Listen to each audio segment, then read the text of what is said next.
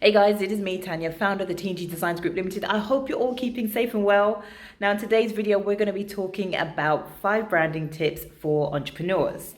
Now, there's a lot of misconceptions around branding, and I want to make sure I put you straight on a few as to what they are, but equally, let's make sure that you guys get yourself off to the best possible kind of way.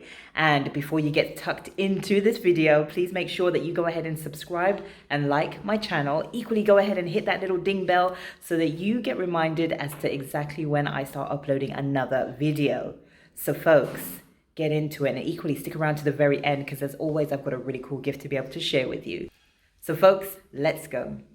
So okay, as I said, we're going to be talking about 5 really cool branding tips that will help you as an entrepreneur, right? There are so many different misconceptions about what branding actually is, and I want to put you straight on a few things. Now, obviously, if you've already seen a few of my other videos, you probably have an inkling as to what some of them are, but let me put it straight for you right here, right now. And tip number 1 is to always remember this. Your branding is not your logo, nor is it your website, nor is it your flyer, nor is it all these other additional outcomes. Your branding is what lies within you internally. Now, what do I even mean by that? I'm talking about this next thing, which is your VPV. So that's tip number 2. Understand that your branding is actually about your values, your vision, and your purpose.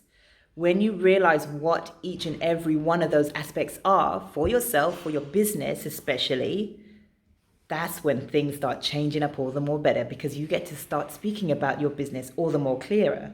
And equally, you get to speak in a better kind of a way that is more congruent to the actual audience that you're trying to react to or to build a relationship with.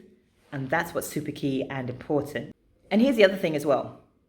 When you understand what your VPV is, things like your logo, things like what your website is about, things like what you're putting out there, especially with your coloring and your font choice that you've actually chosen for your business or your brand, or as an individual, whether you're a coach or whatever your expertise may be, starting at that point, your VPV, and equally understanding what that is for yourself, as I said before, it's going to be super game changing, because here's why.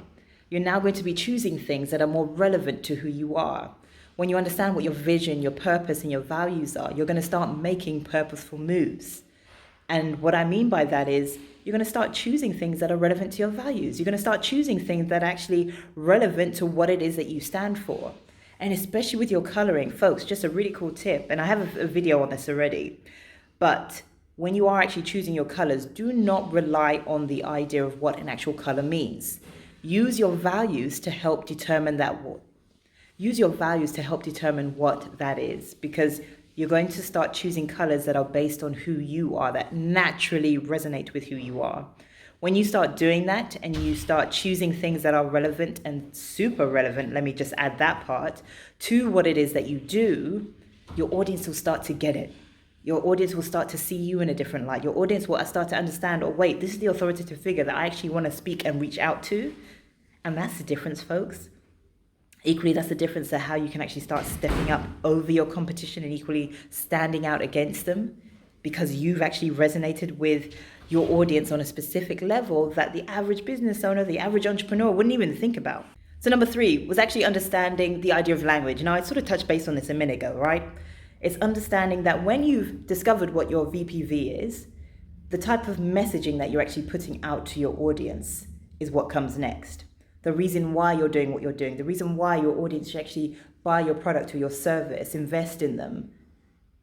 When you get to understand the type of language that you start using in a way that is actually meaningful to them, in a way that actually makes sense to them, and that is super key, folks, because typically when a brand gets started, when a business owner gets started, especially as an entrepreneur getting themselves out there, they just think they can throw the world of acronyms at the wall, right? They can actually throw the world of acronyms or typical language that gets used within their products or services that they get and understand, but they forget who they were talking to.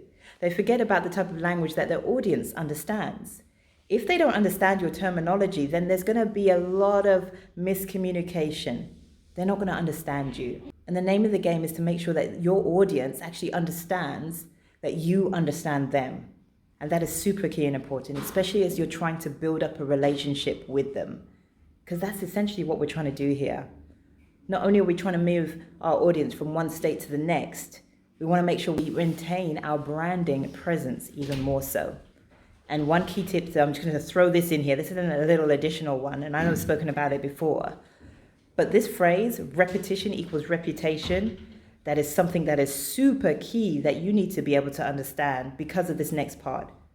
What do you want to be known for? That is tip number 4. When you get to understand what it is that you want to be known for, that idea of repetition equals reputation becomes all the more prominent. Because here's why. It's going to be the difference between you stepping up and showing up in the best possible kind of light that is congruent to who you are as a business owner and as an entrepreneur, and equally going to make sure that you stand out from that competition, as I said before. It is super key, folks.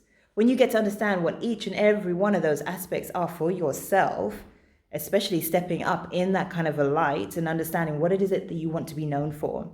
Think about the likes of Coca-Cola. Think about the likes of McDonald's. What do you typically hear from them?